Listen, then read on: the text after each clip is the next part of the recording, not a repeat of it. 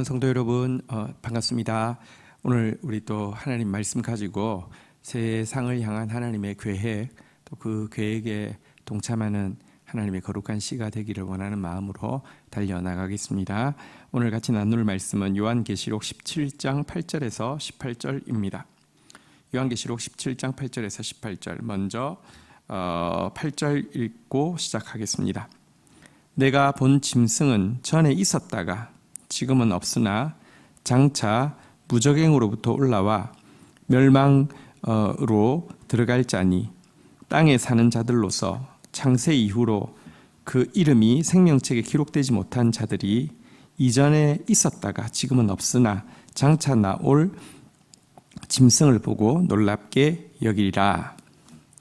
자, 요한은 17장에서 이 음녀를 이제 보고 있습니다. 이 음녀는 큰 성 바벨론의 다른 이름이고요.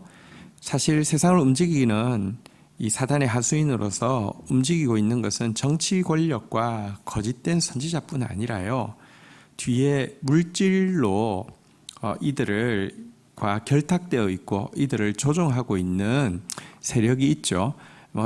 그냥 이제 비유하자면 악한 재벌 이런 정도가 사실은 정치 권력도 종교 권력도 뒤쪽에 악한 이 물질 권력이 또 존재하지 않습니까? 이것을 큰성 바벨론 음녀라고 이야기하고 있고요. 이 큰성 바벨론 음녀가 짐승, 이 정치 권력 혹은 거짓 선지자를 타고 있다. 그러니까 서로 지금 이제 결탁해 있는 모습을 보았는데요.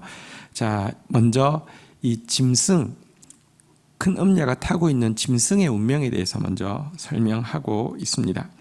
여기에 대해서 무엇이라고 이야기하고 있느냐고 하면 전에 있었다가 지금은 없으나 장차 무적행으로부터 올라올 자다, 이렇게 이야기를 하고 있습니다.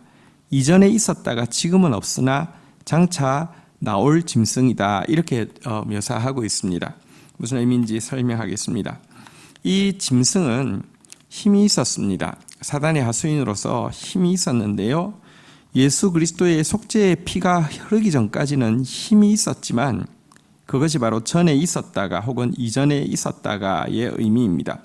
예수 그리스도의 속죄의 피가 흐르시고 참된 메시아께서 오셔서 하나님 나라의 문을 여신 이후로는 지금은 사실은 힘 있는 존재가 아니라고, 지금은 사실은 택한 백성을 멸망시키는 일을 위해서는 할 수 있는 일이 아무것도 없다고 이렇게 이야기하는 것이고요. 장차 무적행으로부터 올라와 라는 표현이 또 나오죠. 장차 나올 짐승이라는 표현이 나오죠. 마지막 때에 이 지옥으로부터 잠시 나올 것에 대해서 성경은 계속 이야기하고 있는데요. 그것에 대해서 이야기합니다. 그러나 나중에 무적행으로부터 잠시 이 짐승의 세력이, 사단의 하수인이 나온다고 해서, 적 그리스도가 나온다고 해서 무언가 할 수 있느냐? 아니요. 나온 이유는 처절하게 최후의 패배를 맞이하기 위해서 나오는 것이지 아무것도 아닙니다. 그런데 생명책에 기록된 사람들에게는 이것은 아무것도 아니지만 생명책에 기록되지 못한 자에게 이 거짓 메시아, 이 짐승은요, 굉장히 매력이 있어서 놀랍게 여기고 숭배할 것이다, 경외하고 추종하게 될 것이다, 이렇게 이야기하고 있습니다. 자, 그런데 이 짐승이 구체적으로 무엇인지 한번 보도록 하겠습니다. 9절, 우리 10절 읽도록 하겠습니다. 9절. 지혜 있는 뜻이 여기 있으니 그 7머리는 여자가 앉은 7산이요 또 7왕은 5은 망하였고 하나는 있고 다른 하나는 아직 이르지 아니하였으나 이르면 반드시 잠시 동안 머무르리라.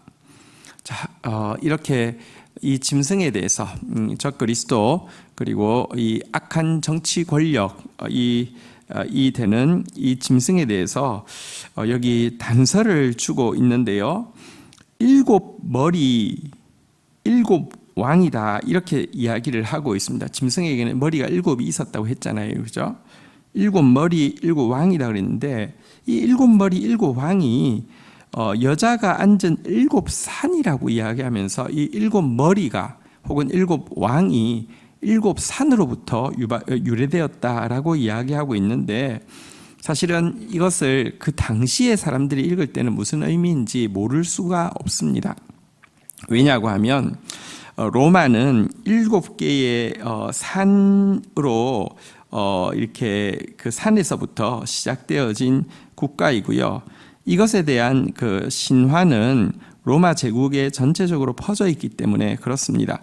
그러니 여기 일곱 머리 일곱 왕은 로마 제국과 로마 제국의 대표인 그들의 황제를 지침하고 있는 것임을 알게 됩니다. 그러나 또 기억해야 되는 것은 요한계시록을 풀이하는 중요한 원칙이 이제와 또 나중이죠. 그때 로마였다고 해서 지금도 로마 교황청이 바로 그걸 이야기하는데 이렇게 이야기할 수 있는 게 아니라요.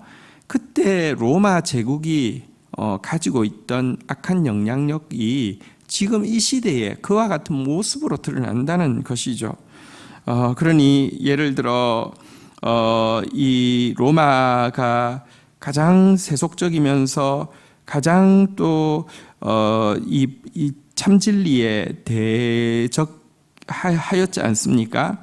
이것과 같은 모습의 정치적, 군사적, 이념적, 종교적 세력을 가진 그것이 바로 이 짐승의 모습이다라고 이야기하고 있는 것입니다. 그런데 우리가 읽었던 10절에 보니까 이 짐승의 그 일곱 머리의 일곱 왕 중에 다섯은 이미 망했다라고 이야기합니다. 일곱밖에 없는데 다섯은 망했고 둘밖에 안 남았는데요. 하나는 지금 겨우 남아 있는데 나머지 하나는 지금은 없고 나중에 잠시 동안 나왔다가 없어질 존재다라고 이야기합니다. 그래서 이 마지막은 일곱 번째는 잠시 무적행으로부터 올라와서 하나님을 대적하다가 바로 멸망하여서 영원히 사라지게 될 세력을 이야기합니다. 그러니 기껏해야 일곱 왕이 있다고 하지만 하나 겨우 남아 있는 사실은 아무것도 아니라고 이야기를 하고 있습니다. 자, 그런데요 11절 한번 보도록 하겠습니다. 읽겠습니다. 시작. 전에 있었다가 지금 없어진 짐승은 여덟째 왕이니 일곱 중에 속한 자라. 그가 멸망으로 들어가리라. 자, 전에 있었다가 지금 없어진 짐승, 과거에는 힘이 있다가 지금은 힘을 잃어버리게 된, 예수 그리스도에 의해서 머리가 깨어지게 된 이 세력에 대해서요 여덟째 왕이다 이렇게 이야기를 합니다. 이게 이제 무슨 의미인지 좀 보겠습니다. 이 짐승에게 일곱 머리가 있었고 일곱 왕이 있었잖아요, 그죠? 그런데 이 짐승 자체를 또 여덟 번째 왕이다, 논리적으로 이야기하면 여덟 번째 머리에 여덟 번째 왕이다라고 이야기를 하고 있습니다. 이 말이 무슨 말이냐고 하면 여러분 한번 이 지금 일곱이라는 대변자들이 그 나왔는데요. 이들이 사실은 그 각자의 어떤 캐릭터나 생각에 의해서 움직인 것이 아니라 사실은 이들과 이 짐승 자체를 여덟 번째라고 이야기하고 짐승의 일곱 머리 일곱 왕들이 이 일곱 왕이라고 이야기하고 짐승 자체를 여덟 번째 왕이라고 이야기하는 것은 그들의 하수인으로 세워진 모든 것이 사실은 그 짐승과 똑같이 짐승의 역할을 대행하고 있었음을 보여주고 있습니다. 악한 자가 힘이 있는 이유는 그 자체가 힘이 있어서가 아니라 사단이 밀어주기 때문입니다. 사단의 지정의가 들어가기 때문입니다. 사단의 능력이 나타나기 때문에 그렇죠. 자, 어쨌든 이런 짐승의 모습을 보여주었는데요. 조금 더 또 그 소개하고 있습니다. 12절 한번 보도록 하겠습니다. 12절, 13절. 내가 보던 열 뿔은 열 왕이니 아직 나라를 얻지 못하였으나 다만 짐승과 더불어 임금처럼 한동안 권세를 받으리라. 13절. 그들이 한 뜻을 가지고 자기의 능력과 권세를 짐승에게 주더라. 자, 짐승을 묘사함에 있어서 일곱 머리가 있고 일곱 관을 썼고 근데 또 10뿔이 있다라고 했는데 앞부분에서는 일곱 머리에 대해서 소개했다고 하면 지금은 이제 10뿔에 대한 소개입니다. 10뿔은 이들도 왕이라고 이야기합니다. 그러나 나라는 얻지 못한 왕이라고 이야기하고 있고요. 짐승과 더불어 잠시 동안 왕노릇하는 권세를 받는다라고 이야기했는데 왕인데 나라가 없는 왕. 이게 이제 우리로서는 개념이 잘 안 되지만 당시로서는 이해하기가 어려운 개념은 아니었습니다. 로마에는 황제가 있지만 또 로마에는 분봉왕이라고 해서요. 그 지역에서 로마 황제의 명을 받아서 로마 황제의 허락하에서 로마 황제와 더불어서 그러니까 이제 통치하는 분봉왕이라는 개념이 있습니다. 그래서 이 10뿔은 이 분봉왕의 개념과 같은 모습으로 드러나 있습니다. 이것은 우리로 치면 이런 것입니다. 이 일곱 머리 일곱 왕과 같은 이 사단의 하수인 이의 모습이 아니라 분봉왕이라는 것은요 어떤 작은 영역들에서 우리의 일상과 접하는 어떤 영역들에서 잘못되어진 영향력을 끼치는 잘못된 권위 전부를 이야기하는 것일 수 있습니다. 사실은 이 분봉왕으로 가정을 세우기도 하고 이 분봉왕으로 회사의 사장을 세우기도 하고 이 분봉왕으로 학교에 교사를 세우기도 해서 얼마나 많은 공동체들을 사람들을 파괴하고 있는지 우리가 보고 있잖아요. 그죠? 사단은 이렇게 작은 영역들에도 분봉왕을 보내어서 일하고 있는데요.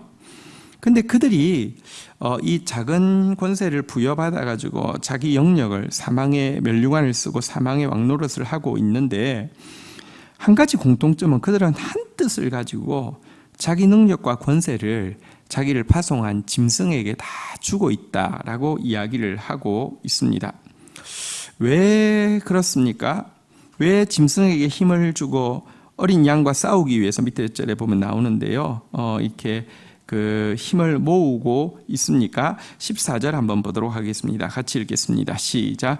그들이 어린 양과 더불어 싸우려니와 어린 양은 만주의 주시요 만왕의 왕이시므로 그들을 이기실 터이요 또 그와 함께 있는 자들 곧 부르심을 받고 택하심을 받은 진실한 자들도 이기리로다.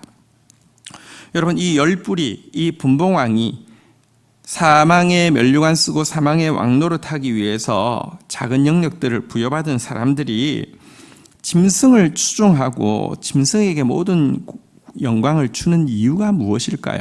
어린 양을 미워하고 대적하는 이유가 무엇일까요? 짐승은요 무엇을 주냐고 하면 자아 팽창을 부추기고 자아 팽창을 지지해 줍니다. 짐승에게 내가 능력과 권세를 줄수록 짐승은 너의 자아에 우리 바치는 분봉왕의 자아에 대해서 자아가 성취되게 하고 자아에 대해서 만족 있게 확신을 가지게 하고 자아가 팽창되어지게 합니다. 그러나 예수 그리스도에게 어린 양에게 능력과 권세를 우리가 온전히 바치고 나아가게 되면 예수 그리스도는 자아 팽창이 아니라 자기 확신이 아니라 자기 부인을 이렇게 우리에게 심어 줍니다. 그래서 여러분 사실 사람들은요 이 예수 그리스도를 참으로 따르는 길은 원치 않습니다. 무늬만 기독교인 되는 것은 쉽습니다. 거룩 없는 기독교인 되는 것은 세상에서 제일 쉬운 일입니다.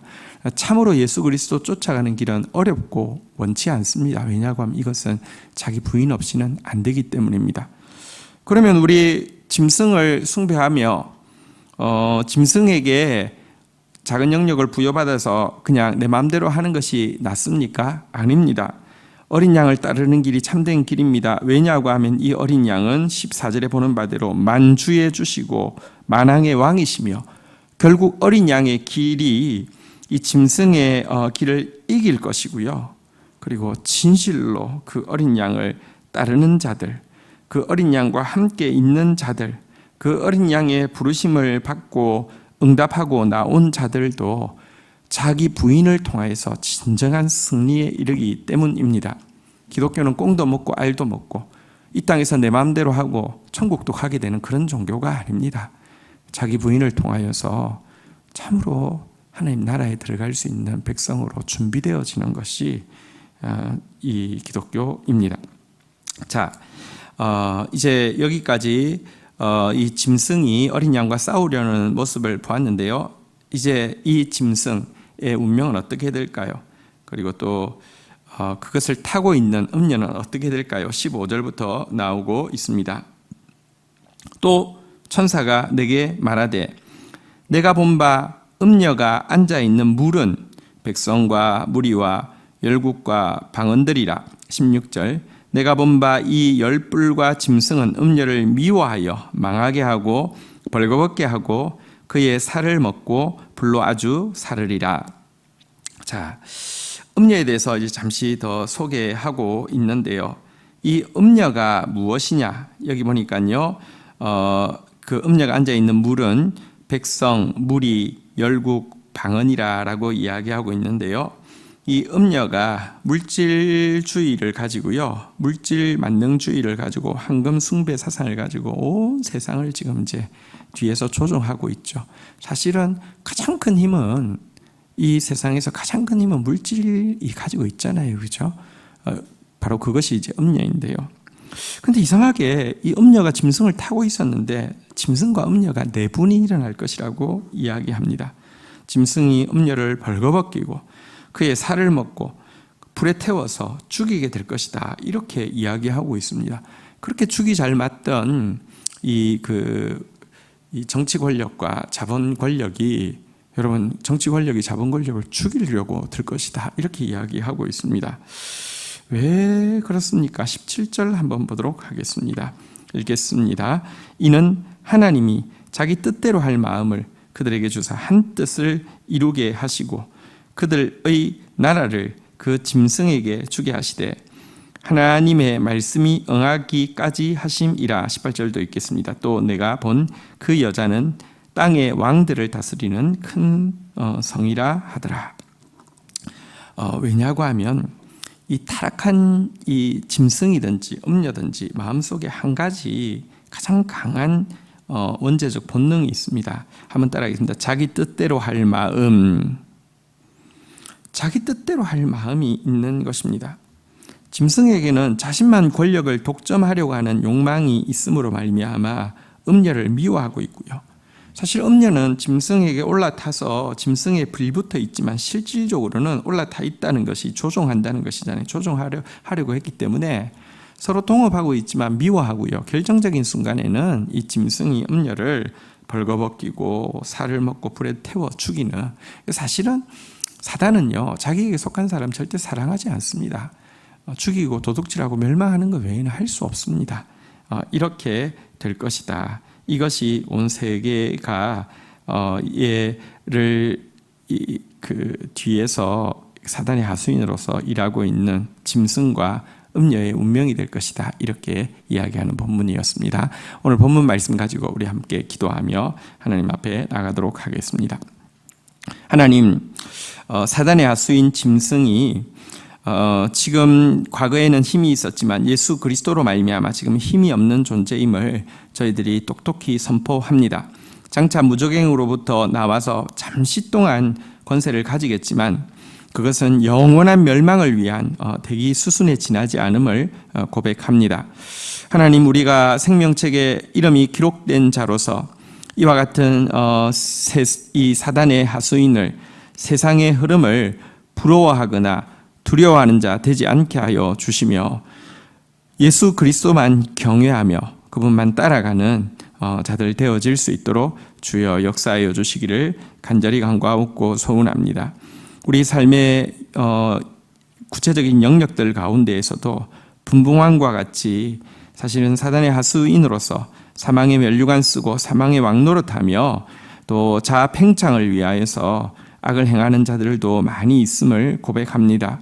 먼저 우리부터 우리가 속한 작은 영역들에서 사망의 면류관 쓰고 사망의 왕노릇하며 자아 팽창을 추구하는 자의 편에 서지 않게 하여 주시고 생명의 면류관 쓰고 생명의 왕노릇하며 자기 부인을 통하여서 예수를 드러내는 사람들 되어질 수 있도록 인도하여 주옵소서. 어린 양을 따르는 길이 생명의 길이며 승리의 길이며 어린 양이 만주의 주이시며 만왕의 왕이시며 결단코 잊지 않게 하여 주옵소서.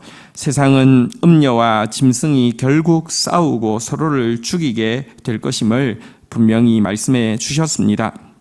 세상에 속한 자가 아니라 비록 이 땅에서 피를 흘리며 희생한다 할지라도 참으로 하나님께 속한 자는 영원히 사랑받으며 주의 말씀이 반드시 이루어지는 영광의 순간을 볼 것이오니 그 길 꿋꿋이 걸어가는 주의 백성들 되도록 은총을 더하여 주옵소서. 예수 그리스도의 이름으로 기도 올립니다. 아멘.